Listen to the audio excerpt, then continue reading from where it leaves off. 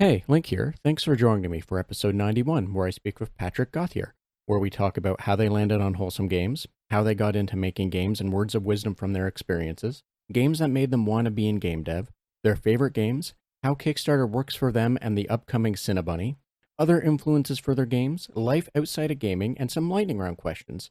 Before we get started, don't forget there are links in the episode description that you can follow to learn more about Patrick as well as the podcast. Also, don't forget to like and share the episode, and without further ado, enjoy episode 91.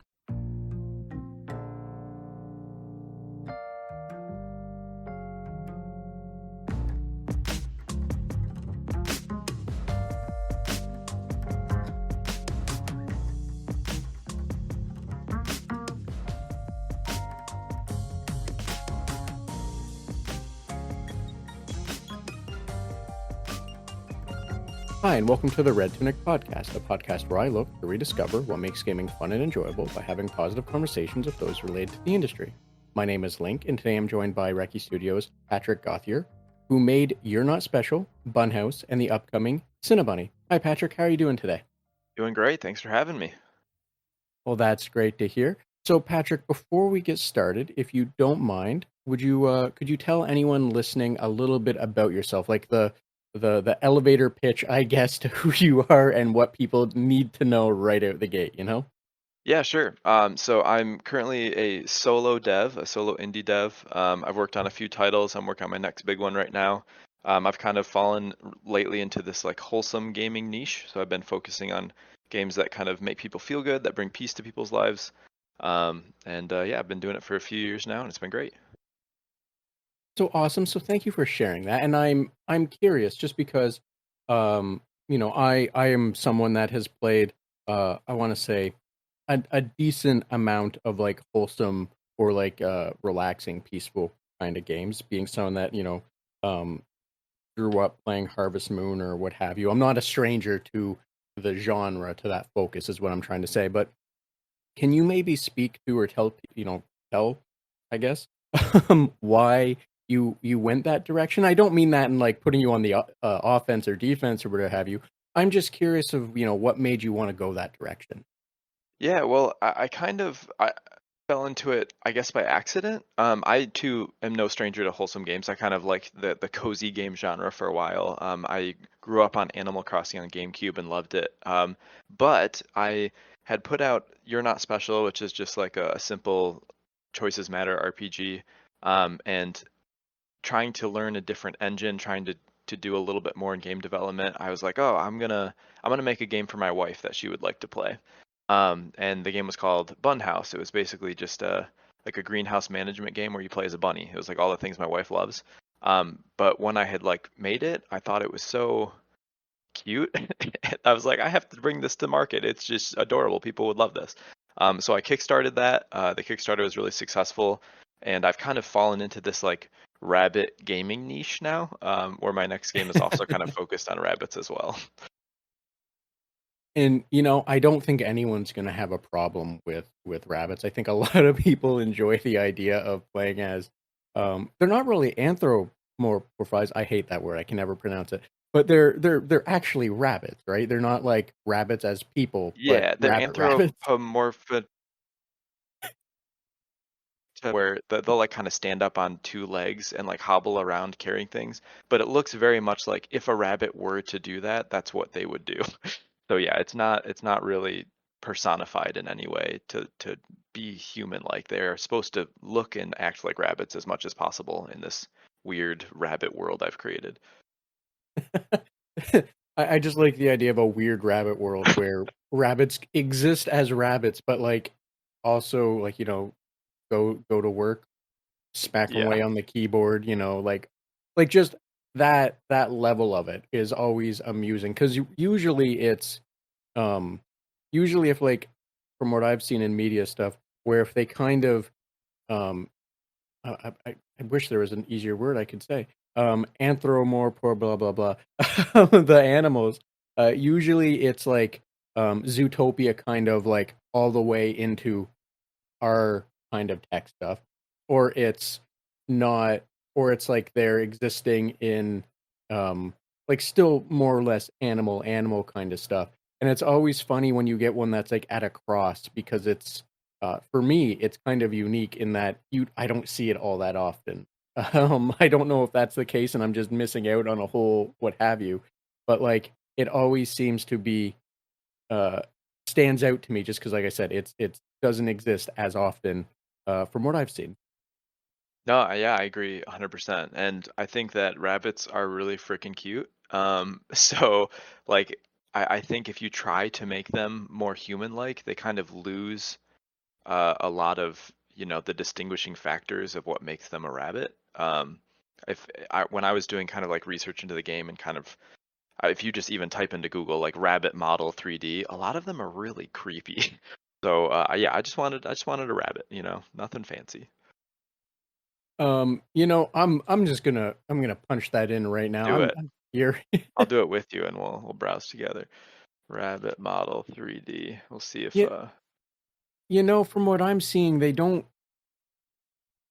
seem they're kind of not. realistic. But you're right. Yep, I'm okay. What did I type in then? Now, You'll get a few. Yeah, I I'll say guess. this much. It's very possible this is the work of Google's AI nonsense where they are doing whatever it is they do. Because, I don't doubt what you say. I didn't do that to be like, I don't think he's telling the truth. I No, did that because I I'm wanted to getting see exactly creepy what you're stuff. seeing though. They're all looking very natural and like real rabbits, but I guess I must have typed in something a little bit different before, but some of them I guess are a little creepy. But yeah, most just look like normal rabbits, huh? Well, Um, good job, Google. you're not terrifying people in this moment, which I'm a little disappointed on. I wanted to see something creepy or unnatural, you If you know? if you type in rabbit model character 3D, I think we're tending more toward the weird anthropomorphized is what I'm going with. Kind of rabbits. So, yes, yeah, I see that does make a big enough difference. Now, Patrick, I am curious as well. How because you had mentioned that like Bunhouse came about because you wanted to get used to an engine. You wanted to like when you took that as an opportunity just to make a little game that something that would have all of the stuff your wife would like. Um, but was that like before that? You had You're Not Special. And I'm wondering, what is it that got you into like developing and making games? Like, how did you get to that point where you're like, I'm gonna do this? And like, could you speak to that? Yeah. Yeah. So I went to school for mathematics. I was a math teacher for 4 years at a high school in Michigan, and then I did youth ministry for 4 years actually. So it's not really my background, but I would make tiny little web games for fun, just with like HTML and JavaScript, when I was a math teacher, just to kind of, I don't know, it was like a fun thing to explore and do. And then a few years back, I wanted to just make a game for fun, and so I just did it as a hobby. Yeah, it was just something to do in my spare time, I guess. Now, that's not uncommon for a lot of people, and I don't mean that in a negative way. And I'm wondering from you getting into it, if you have any like pitfalls that you could share some words of wisdom to for, people to avoid those same pitfalls maybe. Yeah, I think there's a lot of people that are like, "Oh man, I have a great game idea," and then they kind of build up this idea in their head. And realistically, it's something that no one person could ever make in their lifetime. Uh, so obviously, the biggest kind of pitfall, especially from a solo developer standpoint, is people are dreaming up too big of games. And they may be really fun if they ever existed, but it's really important if you're going to try to make something yourself, it has to be achievable and small. Um, and Yeah, especially if you're new to it, because it takes an extreme amount of grit and hard work to actually finish a game. There's a lot to it. So, thank you for that advice. And I don't mean this in a negative way, but that's something that's been shared in different ways a lot. And I always like hearing it just because, you know, I gotta stop using the dentist analogy.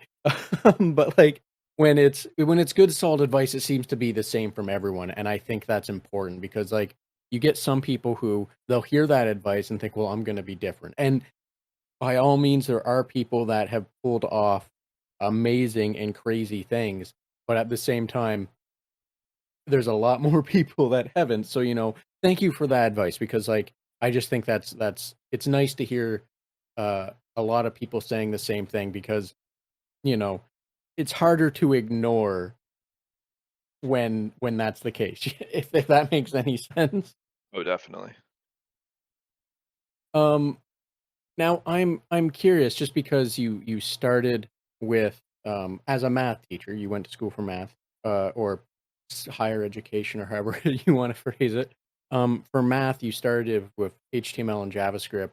Um, Now I'm wondering, like, before all of this, there's obviously I'm assuming you enjoyed video games.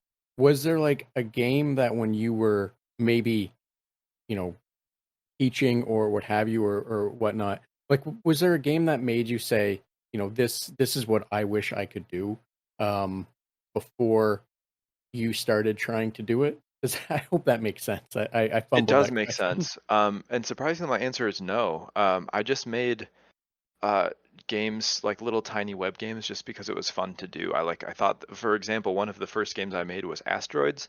I thought it was really interesting to program the character and like angular momentum and how you would just glide through, the space. I thought it was just like so interesting, to be able to figure out how to actually program things. And it wasn't like good looking, but it functioned. So yeah, there wasn't really a game that like got me, like started initially into that kind of web development scene. But there was a game that got me a lot more deeply involved in creating, I guess, more masterful, like creative, more artful games. Which is a game you maybe have not heard of before. It's called Omno, OMNO. Have you heard of it? No, I haven't. Could you speak to it, please? Because the title Yes. alone sounds intriguing. Yeah, so it's an atmospheric puzzle platformer made by a solo developer. So I was very, very intrigued because it was made by one person. And the animations and artwork, he just created a very beautiful atmospheric world. And he posted on Reddit a few times, and that's what really got me into kind of taking game development seriously. And it wasn't just like, oh, I want to do a fun little project and figure out how asteroid physics works. It was like, I want to make something that people will respond to, like either on an emotional or intellectual level. So, thank you for mentioning that, like, because it's really interesting, um, because like some games, or developers, sorry, I should say, is they're the things that inspire them. Um, it'll just be like the game. However, it seems like for you, it wasn't until you played a game that gave you like presented itself in its own kind of um visually distinct or what have you direction, that made you go, oh, this could be something more fun to explore, as opposed to, like you said, just making like asteroids or what have you, and just playing with the physics there. um the math, and this, it sounds more like the math side of the physics there, because you mentioned like the angular momentum or what have you Yeah, before. I know I sound like a total nerd right now, but that's just that's it was the truth. I just wanted to see how it worked. Which there's nothing wrong with that. I'm just meaning, like, it's interesting that, your kind of journey went from just wanting to play with how that worked to finding a game that you felt was that spoke to you or resonated with you more, that made you go, "Oh, I can do more. Like, there's more that I can do." And that's really interesting to hear. Um, because, like, I don't know, it's an interesting approach that you had the one side, but it wasn't until that you're like, oh, there's more to this than just making the ship go forward and turning at a angle or what have you. I hope that's all making sense. I'm doing my best to bring it together, and I feel like I'm failing miserably. No, I think it totally makes sense. You're very right. Yes. Now, Patrick, I am also curious because you mentioned the math side of things as being what you were kind of playing with before, um, and you saying that you were a math teacher, that makes perfect sense. Um, I'm wondering if, like, has that kind of thing survived? Survives the wrong word. Have you incorporated that into like any kind of ways with the games you're working on now? Just because I'm I'm curious how that would play out in a game about, being a bunny running like a greenhouse, or making a bakery. You know what I mean? Yeah, no, it definitely does. I'm definitely a programmer at heart, and I find the programming aspect of video game development to be my favorite part. Um, so to give you an example, I guess, the current game I'm working on is called Cinnabunny, and there's like a day-night cycle. The sort of sky sphere is very small compared to other games where like it's pretty local. You can kind of touch the sky, I guess, if you floated up in the level enough. Not that you would during the game. Um, so because the game is couch co-op, on each screen where the characters are would make the sun and its reflections look different to each character, and that was a problem for me. So I had to do some very complex trigonometry to be able to figure out like where the sun should be on each screen, um, so that it like looked right based on which character you were, player one or player two. So, thank you for that. That's really interesting, just because like that's depending on like how you implement things, that might not be something you have to worry about. And like I've never thought to ask about such a thing, but hearing your approach to it is is just really funny. Or not funny, it's the wrong word. Sorry, I have a cat screaming at me now and I'm getting distracted. Yeah. Um but no, that's like really interesting because, that's something I think a lot of people take for granted when it comes to um like games or co-op games, right? And that's something that I'm assuming, or what have you, that you had to figure that out early on because you wanted to be couch co-op, right? So I imagine that was a lot of um math that sounds like you enjoyed, but a lot of math that you would have had to like figure out and then implement in such a way that, like you said, the sun was consistent across every person's screen or whatnot. Yeah, and most of game development is a lot of vector math, just like how things move, where things are going in space and how they're rotated and things like that. So the math isn't super complicated. I yeah, I've never had to use calculus. I did once, but that was because I wanted to. But there were other ways to solve that problem. But yeah, there really is a good amount of vector math, but it's not super complicated, honestly. A lot of the game engines you work with nowadays, they have a lot of kind of built-in functionality to help you out with a lot of simple functions. And for someone that doesn't make games, I think that's really neat to know, because that would just be one more thing to be scared of in my case if I ever stepped into it and had to worry about complex math, because I really suck at math. It's horrible. Yeah, depending on what game you're working on, it's not too bad. So, Patrick, I'm wondering, because you mentioned before um that you played a lot of Animal Crossing games like that, and that's kind of what you know how you're not unfamiliar to like the wholesome game genres. Um, and you mentioned that Omno was what made you realize, oh, there can be more to this. But I'm wondering if you like have a favorite game, or like the idea of like a perfect game, and if you can speak to like what makes that game perfect, or like your favorite game. Okay.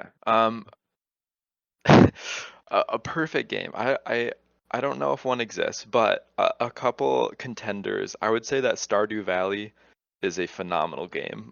It deserves all the praise it gets. I'm sure you've at least heard of it. I don't know if you've played it. A little bit. Well, I'm being facetious there. Yes, yes, I've a good amount. Okay, yeah. I think as far as what that did for the genre, it really iterated on the farming sim genre and made a lot of different systems better. It's just a phenomenal sort of life sim game, and I would put Stardew Valley as pretty close to a perfect game, if such a thing exists. And then I would, if we're going like a different direction, have you heard of the game Gris? Gris? Oh, yes, I didn't know that's. I've always pronounced it as grist, but yes, yes, I'm aware of I think it's pronounced Brie. Gris. I could be the fool right now, but I think it's pronounced Gris. But Yeah, I would also put that for what it was trying to do. It's not like a challenging game or anything, but it's extremely beautiful and artsy and evocative. Um, so I think it set out to do something, and I think it achieved it in a near perfect level too. Uh, but yeah, I think there are so many games out there that have done things very, very well, and have kind of like crafted their own niche. Have you heard of the game Webbed? You're hitting me with all these things. Now I'm feeling really It's okay. I play a lot of like I guess a little Oh bit more yes, under the Web. radar game. Webbed The was little spider game. hilariously fantastic. I Yeah, like the enjoyed movement a system of yeah. Webbed is I would say near perfect. It is one of the most compelling movement systems of any game I've ever played. Just like the things you can do with your webs and create little bridges for yourself and swing is just so fluid, so well done. Yeah, love that game. I would also say that was maybe near perfect too. Um, yes, the Web and Stardew being the games that I can personally speak to in this case, and not Gree, I think is how you said you believe it's pronounced. Um, and I don't mean that like I think I'm right. I've just never talked to anyone about it before. Um, but for both Web, like for Stardew, I've always found that interesting that it came along in like the perfect time when there weren't a lot of games in that space. Like it was, I'm could very well be wrong and just have my blinders up, but it was either Story of Seasons, Harvest Moon, and Harvest Moon in the sense of what Natsume split off and started doing, um, and like Rune Factory, and two of those games are just made by the same people effectively.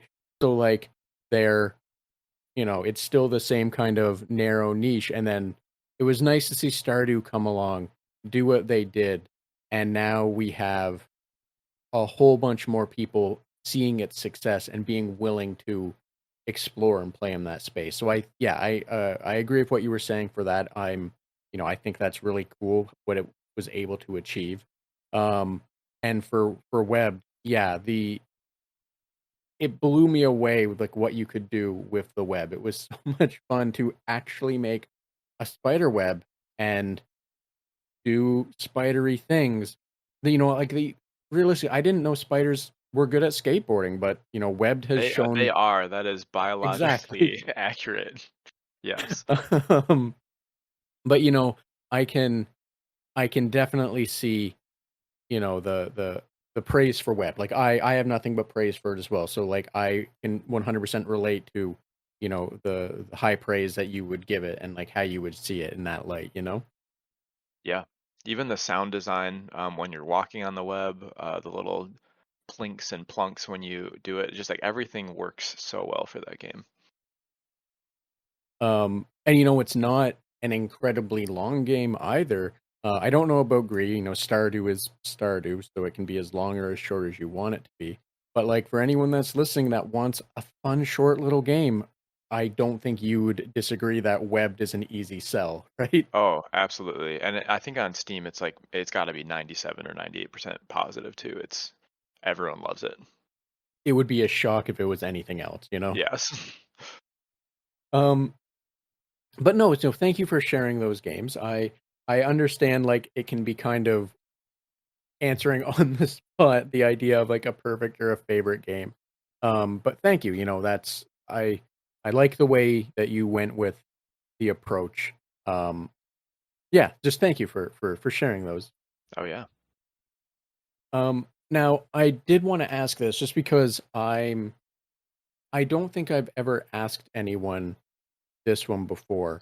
Um, or at least like directly intentionally, because you had said that Funhouse you had funded on, you went through Kickstarter. Cinnabunny recently went through a successful, I believe, Kickstarter.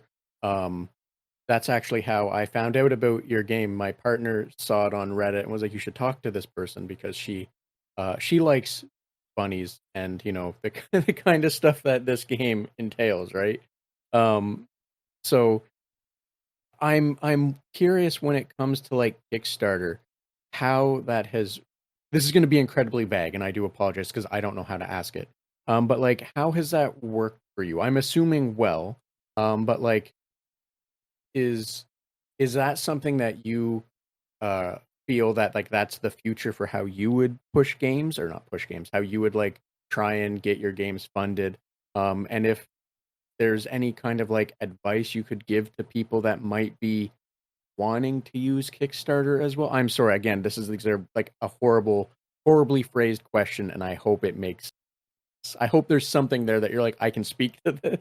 Yeah, it's okay. Throw me the baton, I can run with this. So, Thank you. two eras of Kickstarter for me. Funhouse, which was, gosh, maybe 4 years ago now, 3 years ago. Yeah, 3 years ago, and Cinnabunny, which just was a couple months ago. So initially, Funhouse Kickstarter was so important to me in that it allowed me to become a solo developer. If it wasn't for the Funhouse Kickstarter, I would not be able to develop games full time. So it springboarded me into being able to get something on Steam and then have those sales and that revenue keep me going. So it again, like yeah, it was everything to me. I would say that I got pretty darn lucky in that some of my tweets went kind of viral. Some of my social media outreach just really, it was, people really latched onto it. And I think the reason for that is probably because all you have to do to sell that game is just show like a picture or like a GIF of a bunny carrying like a pot, and like people are like, oh my gosh, it's so cute, I want it. And so it's easy to market. It has a good hook. Um, but Cinnabunny, I was expecting it to do a little bit better than Bunhouse because I had built up such a community over the last few years, and it was a little bit less. But I do have to kind of remember and temper my expectations because we're in a much different financial landscape than we were 3 years ago. We're not, it's not like the height of COVID. Inflation's super crazy high. People aren't spending as much money, and Kickstarter itself has had a lot less. Retention rate of its users. So that being said, yes, I really value Kickstarter a lot. I think it's really, really difficult to have super successful ones, um, but it allows me as a developer to retain all the intellectual rights and the property. I don't have to go to a publisher, and I can deliver the game. But more importantly, I get people involved in the development of the game, and so they get more invested, and I get more invested. I build up a community. It's just like a really good win-win-win, I think. So, thank you for speaking to that, and I'm thankful that you were able to make something out of what I rambled out as an attempt at a question. But I think that makes a lot of sense because um, Kickstarter has one of its. I don't participate in this just because when I do participate in Kickstarter, it's kind of like, yeah, okay, throw the money at it, and I patiently wait for the email that says, "Hey, the thing's done," right? Which I suspect I'm probably in like a large chunk of people, whether we're a minority or not, or a majority, I don't know. But like, I do know that you have like, you as in like the Kickstarter as a whole has the like community feedback, the outreach, the you can post updates and people can follow or ask questions or what have you. And I think that's a really interesting um, thing that you are using that um, probably as it's intended actually, but using that as like a community building tool as well to like interact and take feedback or what have you. Um, but no, yeah, thank you to speaking that because like I said, I've never intentionally went out of my way to ask about Kickstarter. However, you've done, like I said, you've done Funhouse and Cinnabunny through there. So like I figured you'd have a or a unique view on it that was, probably worth asking about. I'm botching whatever I'm trying to say. I'm sorry. No, no, all good. Yeah. Yep. I'm a huge fan of Kickstarter. It's difficult to do well, but it is very nice. If you already have a community going in, it's very nice to involve them. So thank you. And I think that's also good advice that if you've already built up a community, walking into it means you're probably going to take some chunk of them with you, and it'll just give them better avenues to actually interact with you, right? Um, Twitter is a X, sorry, is a is a bit of a lost cause in a lot of ways. Um, Reddit, depending on if you've already, depending on when you started trying to like work that system, can also be a lost cause because I've seen some developers who have posted like trying to start a community or interact with people on Reddit, and like so many of the game subreddits are set up in such a way that you can't actually post stuff until you have a certain amount of like comments built up, and then even then it comes under like heavy scrutiny and all sorts of fun stuff. So like I understand why the being able to take your community somewhere that is controlled, um where they can like actually interact with you is super convenient, right? Like similar to like a Discord or what have you, but still I like it makes perfect sense to why that would be so beneficial. Yeah. Um sorry, I don't yeah, there was nowhere to really go with that one. I was just musing, sorry. Um Now I am curious because like you had said that um your the Bunhouse started as something for your wife. Or you took all the things that like you thought would appeal to your wife while you were learning things, and taking some of the things that you also enjoyed. I'm wondering, is that something that you put a lot of intentional thought into? Because there's a lot of developers that when they make games for themselves first, which is makes perfect sense, right? Why wouldn't you make a game that you are going to enjoy? Um, and forgive me if this is, asking a question that's, out of the realm where I should be asking, but I'm just wondering, like, when it comes to new features and such, do you look at some of them through the lens of what you think your wife would like? Because I'm presuming there is um, some amount of wanting to make something for her, just like there was with Bunhouse moving forward. So yeah, I hope that makes sense. Do you mean in new features for Cinnabunny or for Bunhouse? For Cinnabunny, like if you, Okay, um, gotcha. yeah, Yeah, so I would say Bunhouse was like a love letter to my wife. Cinnabunny is like a love letter to all the people who loved Bunhouse. So I'm sort of building it not for her, but for the community. okay, and that makes perfect sense, and also why you would have more emphasis or why you would enjoy like that community feedback because if you're building a love letter back to them, you want them to be able to speak to it. Yeah, that makes perfect sense. Yeah, Right. that's all my answer. Yeah, that's all I got. No, sorry, I felt like I felt like I fumbled that question. I'm sorry. Oh no, you're good. You're good, my man. um um So I am curious about this one though, because you had talked about Animal Crossing. Were there other games that you played as a kid that you really enjoyed that like maybe you hold into fond regards that have pushed you forward to wanting to like maybe think of what they can bring to the table? Yeah, I played a good chunk of games as a kid. I actually, this is so ironic, but I used to have night terrors, and playing Luigi's Mansion would like calm me down when I couldn't sleep in the middle of the night because of night terrors. And I know everyone that's listening is going to be like, "Oh, I bet it's because of Luigi's Mansion you were having night terrors," but they started before, so I discount your opinion. um, so yeah, and there was like even like Super Mario 64 was like an amazing game. Legend of Zelda's, pretty much all of them. Yeah, there were so many games that I guess I grew up on that really were just so engaging and so fun. And I think that a lot of, if I may be so bold, a lot of AAA games now are all about creating an addictive feedback loop to try to like get as much money from people as possible. And that's why I really value indie games because they're making games for the art or for the fun or for the experience. And it's just, yeah, I'm a huge fan of all these such creative and wonderful games that have been coming out. We're kind of in a golden age in that way.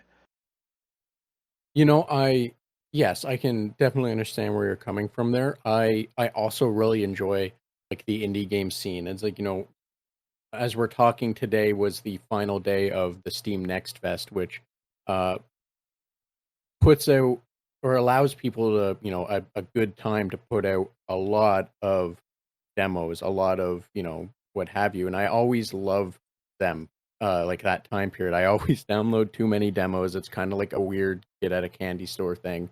And then like I have to uninstall a bunch because I get a stomach ache or what have you, if we're gonna stick with the candy analogy. Um, but I'm curious just because, if speaking as someone to someone that also enjoys indie games, I'm wondering if there are any indie games that you've come across in the last little while that you really enjoy that you that you just really enjoyed.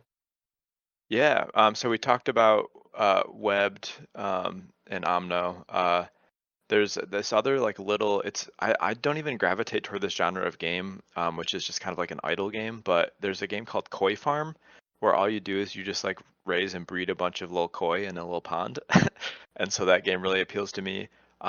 There's also I mean, I don't mean to completely discount all AAA games because some are absolutely phenomenal. I really loved the Horizon Zero Dawn, the first one. I'm waiting for the next one to go on sale on PC, and I'm going to play that too. Helldivers 2 is probably considered a AAA at this point, even though they're kind of a smaller studio, and that game is phenomenal. I don't know if you've had a chance to play it. I personally have not. I in my case, when it comes to like multiplayer games, the people I know that play them, um, they do what I call it's like flavor of the month, and usually by the time I'm ready to commit to buying it, they're wrapping up their time playing it. So I'm like, well, okay, then I'm not doing this. I totally get what you mean. Um, but yeah, there's lots of little other games, I guess. That I've come across. I'm having a hard time thinking of them right now. I guess maybe like Timberborn, which is a timber punk beaver building game. It's like a city builder, but you're a bunch of like a society of beavers, and so it's like all about like damming up water to save during droughts. It's like a really interesting gameplay. Um, have you heard of that one? Yes, I actually I played the demo for a good bit ages ago, and yes, it's a really interesting approach. Um Timberpunk is I never thought of it like that. However, it yeah, that makes sense to say that. And yeah, like it's an interesting game that's a lot of city builders are always like human focused, right? And this one put a nice twist on it from a very different angle. Yeah. Um, yeah, I think oh, Meg Aquarium is like a zoo tycoon, but it's just for aquariums. That's another indie game that I really enjoyed. Um, yeah, there's tons. So, yeah, thank you for sharing that. And Mega Aquarium, that looks like a very interesting approach to like the tycoon games, right? Because we've had usually with ones that are like zoo, um, they're they'll include some water animals or what have you, and it's always very like just a small piece, right? Like you get, there's the bears, there's the penguins, there's the aquarium, there's a shark, and that's kind of it, right? And it's interesting to see that there is one dedicated solely to sea life. So, thank you for bringing that one up because that's just interesting to know that it exists. Yeah, it's fantastic. I love that game. So I'm also a huge fan of aquariums in general too. But yes, love Fish Tycoon.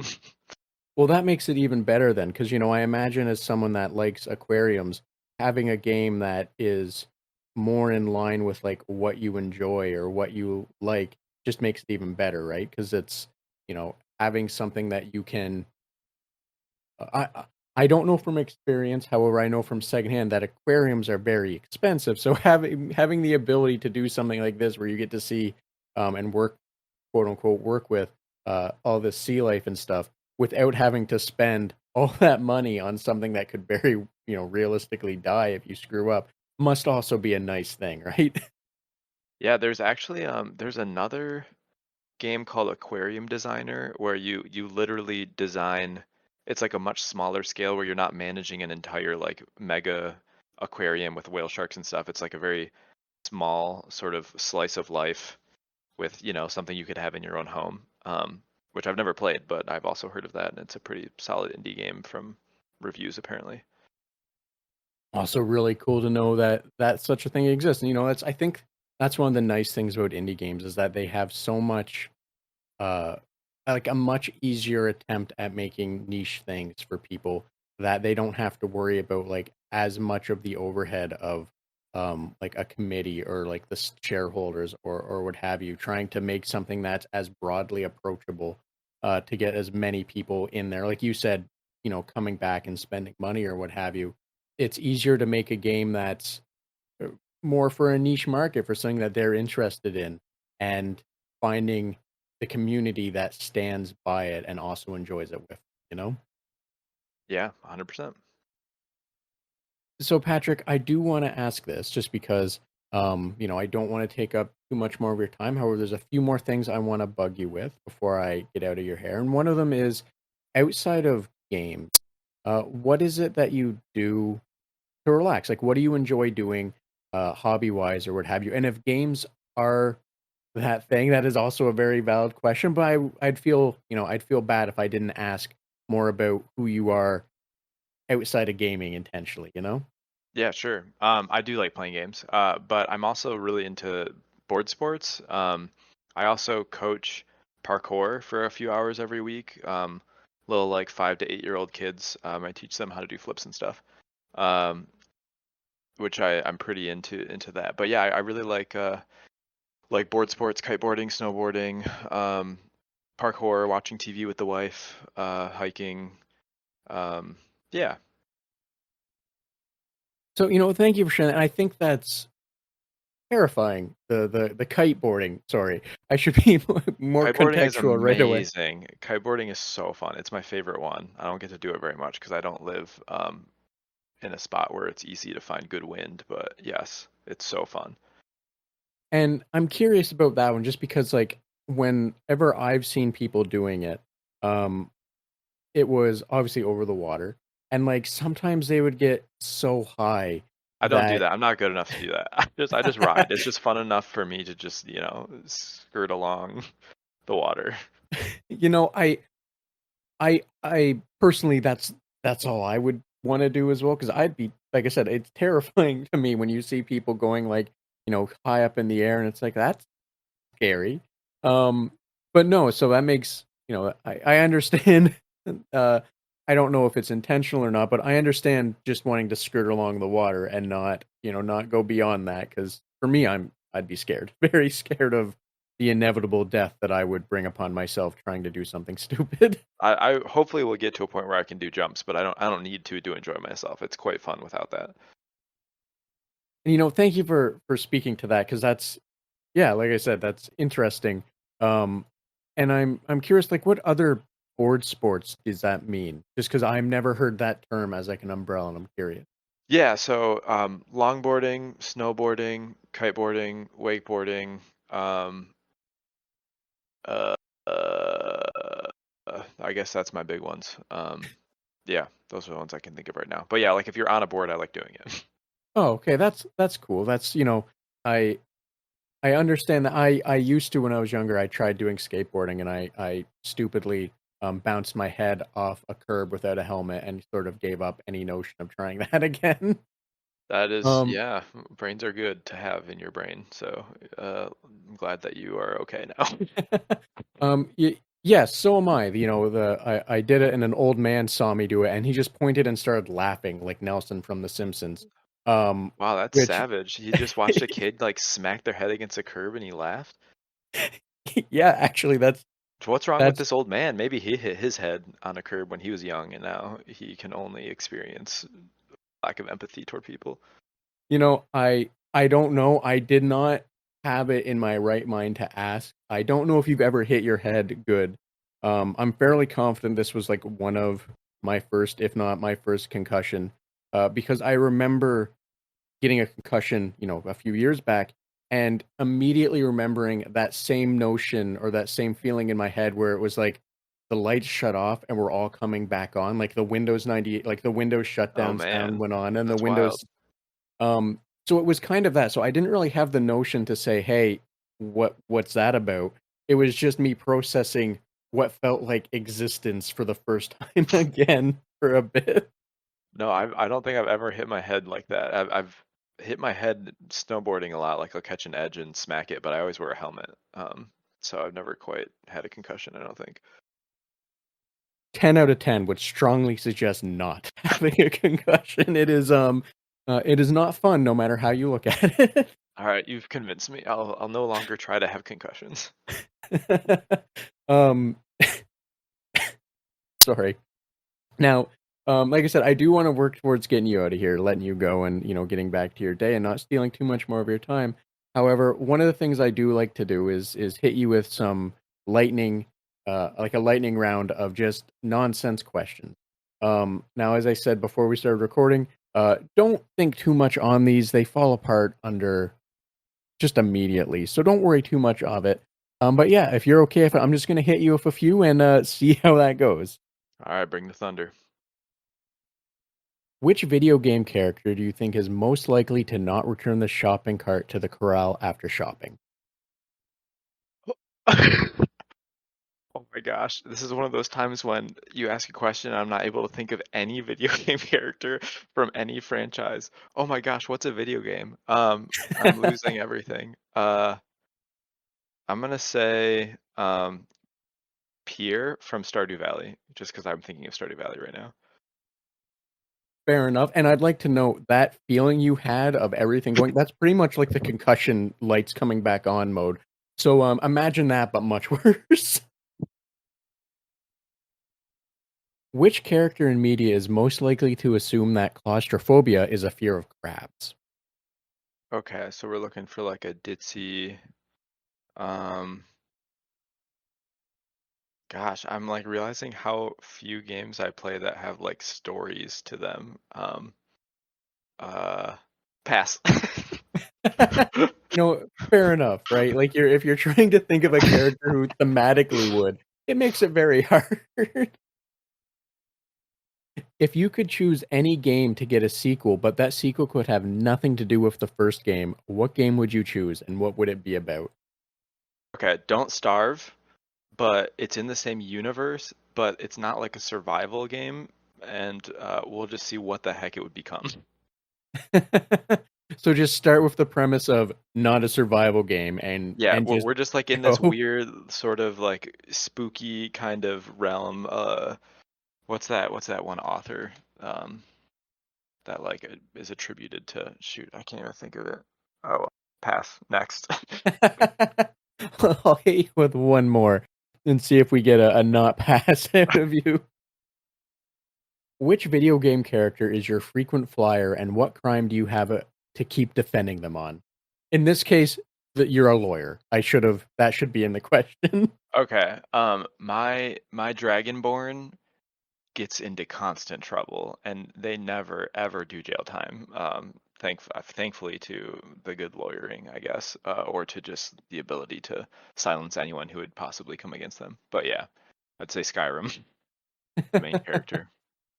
I'd like to, in my mind, for that one, I imagine it's just like the Jim Carrey character from like Liar Liar, or whatever, just yelling "Stop doing crimes" and at them. Yeah. But Patrick, thank you for that for the lightning round. Yeah, I'm sorry, Now, I butchered it. I'm 2 for 4 at most. I wouldn't worry too much about it. Like I said, they're meant to just hit you. I'm sorry that you, however, had to experience the feelings of a concussion in the midst of it. However, but thank you all the same for fighting it out. I guess enduring. I don't know the right word here. No worries. I'll probably like wake up in bed tonight and be like, ah, that's what I should have said.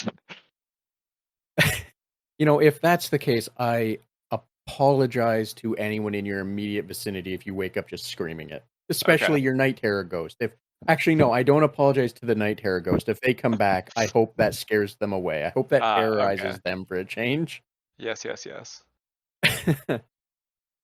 But Patrick, as I said, I don't want to take up too much more of your time. I do want to let you get on with your day. Uh, work towards focusing on things that are not being bothered by me.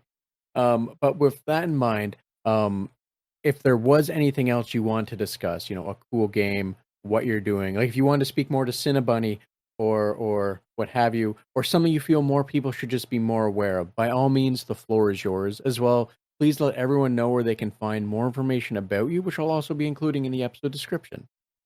Sure. Yeah, Reky Studios, REKY. I've got Twitter/X, whatever you call it these days. And I've got a Discord. If you just even type in Reky Studios into Google, you can find my website and get all the links to all the things. But yeah, if you're into rabbits, or you're into if you think you'd like a Stardew Valley, but it's a baking instead of farming, then I would love for you to check out Cinnabunny for sure. And other than that, anyone that's listening, just if you're supporting indie games and playing cool new things, I'd love to hear about it too.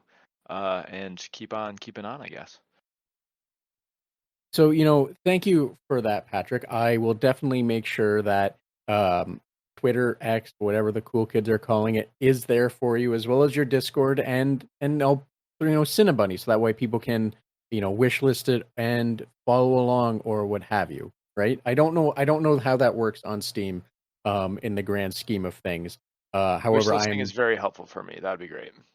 I was going to say I'm going to presume though that wish listing is never a bad thing to do, right? Yep. If you get certain number of wish lists, then you're more likely to be featured by Steam, and that can like greatly impact your launch, which would be wonderful. Always good to be reminded of, because yeah, that's an important thing for when you do launch, because you get more eyes on you, and the more eyes are on you, the better chance you get to survive and keep making cute little bunny games doing where they're doing um I don't know what the future one would be, but where they keep baking or running tending to plants or what have you, right? I'm gonna have like a meeting with myself in a year and be like, oh, what's the next bunny game? I don't know. Send them to friggin' space or something. I don't know. A rabbits in space, I could see it. you I know honestly too, like an Astroneer like sort of game where the rabbits just kind of survive in space and build their own little bunny, and we don't have any hints as to like why this is happening, but you're just expected to survive in space. Well, I yeah, don't think. Sorry, go ahead. Sorry. Oh, I was just going to say, I don't think you actually need to worry about the context of why the rabbits are in space, right? I think people will just buy and accept it that, yeah, rabbits are in space surviving. That works. There's actually this is oh my gosh, this is unrelated. There's a Kickstarter for a board game, and the premise is you are a rabbit in space and you're trying to find the elixir to life by like collecting mushrooms or something. So that exists. So, Patrick, I'm sorry. You said a lot of words right there, and they're I'm not gonna find it. compute. They're not computing too well. Just because that is a wild sentence to say, and I think when Okay, it I have comes it to here. Are you games, ready? yes, hit me. It's called Moon Bunny, and it is, quote, a board game about bunny alchemists creating, collecting rare Asian herbs and crafting the ultimate elixir of life on the moon. I love the idea of outlandish themes like that, and I think that just works. It Like does work. I don't need the context to be sold on it. It just works. Yeah, giver, right? And I think in a similar vein, if that is what you do in the future for video games, I think there's enough people like me that will just go, yeah, that works, and just accept it and Send it. support it, right? Yeah, for sure. Um, but Patrick, as I said, I don't want to take up too much more of your time. So if there wasn't anything else that you wanted to throw out there, I will let you get on with your day. Yeah, I appreciate it. Thank you so much for hosting. And yeah, I appreciate being on the podcast. Hello, everyone listening, and You goodbye, know, everyone listening. Patrick, the pleasure was definitely all mine, and I really do appreciate you making time to talk with me on this Monday. Yes, absolutely. Have a fantastic rest of your day. So thanks again to Patrick for making time to have this conversation with me, and thank you for joining us on the Red Tunic podcast, as well as a special thanks to Ron Jenkins for using music from the title track from Roads Deep. And also be sure to check out the episode description for links to socials, websites, and other means that will allow you to learn more about or support Patrick and the podcast. While you're doing that, share, like, follow, and whatever else you think makes the algorithm work. Thanks, till next time.